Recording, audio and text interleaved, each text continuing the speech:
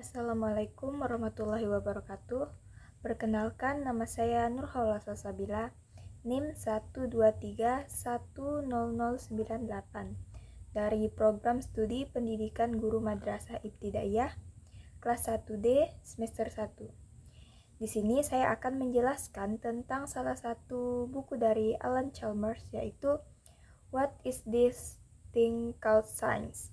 Di bagian chapter 14 yang berjudul Why Should the World Obey Laws? Atau Mengapa Dunia Harus Mematuhi Hukum? Baiklah, langsung saja ke pembahasan. Dunia perlu mematuhi hukum karena hukum menciptakan keteraturan dalam masyarakat. Dan pertanyaan mengenai apa sih yang membuat materi berperilaku sesuai dengan hukum telah menjadi perdebatan sejak zaman Robert Boyle. Pandangan keteraturan hukum menyatakan bahwa perilaku sesuai hukum tidak selalu disebabkan oleh faktor tertentu, dan konsep yang menimbulkan tantangan, terutama dalam menjelaskan hukum ilmiah di luar situasi eksperimental.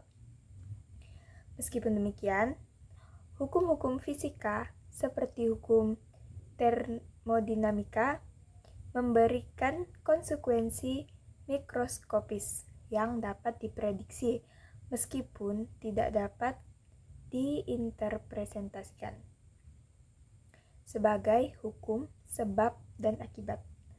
Dalam kasus tertentu, ada hukum-hukum fisika yang tidak dapat dijelaskan sebagai hukum sebab dan akibat. Dan pertimbangan mengenai kekuasaan, disposisi, dan keteraturan menjadi penting dalam memahami sifat-sifat ini.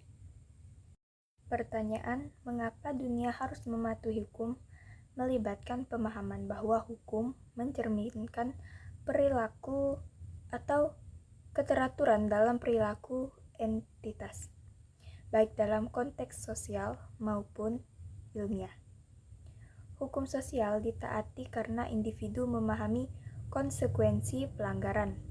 Namun, pandangan keteraturan hukum dalam ilmu pengetahuan juga dibahas, di mana beberapa hukum fisika tidak selalu diinterpretasikan sebagai sebab dan akibat. Sebagaimana contoh hukum termodinamika tadi. Pertama dan kedua memiliki karakteristik yang tidak selaras dan pandangan kausal. Pandangan ini memunculkan pertanyaan tentang hubungan antara hukum dan keteraturan alam, serta sejauh mana hukum ilmiah dapat diterapkan di luar situasi eksperimental. Meskipun ada hukum yang dapat diuji dan diterapkan secara luas, terdapat juga kasus di mana pandangan keteraturan hukum menjadi terbatas dalam melaksanakan fenomena alam tertentu, seperti dalam kasus hukum termodinamika. Kesimpulannya, pernyataan ini mengajak untuk memahami peran hukum dalam menggambarkan keteraturan di dunia, baik dalam konteks sosial maupun ilmiah, serta kesulitan dan batas dalam memahami beberapa hukum fisika sebagai sebab dan akibat. Mungkin sekian dari saya. Kurang dan lebihnya saya mohon maaf. Saya akhiri. Wabillahi taufiq wal hidayah. Assalamualaikum warahmatullahi wabarakatuh.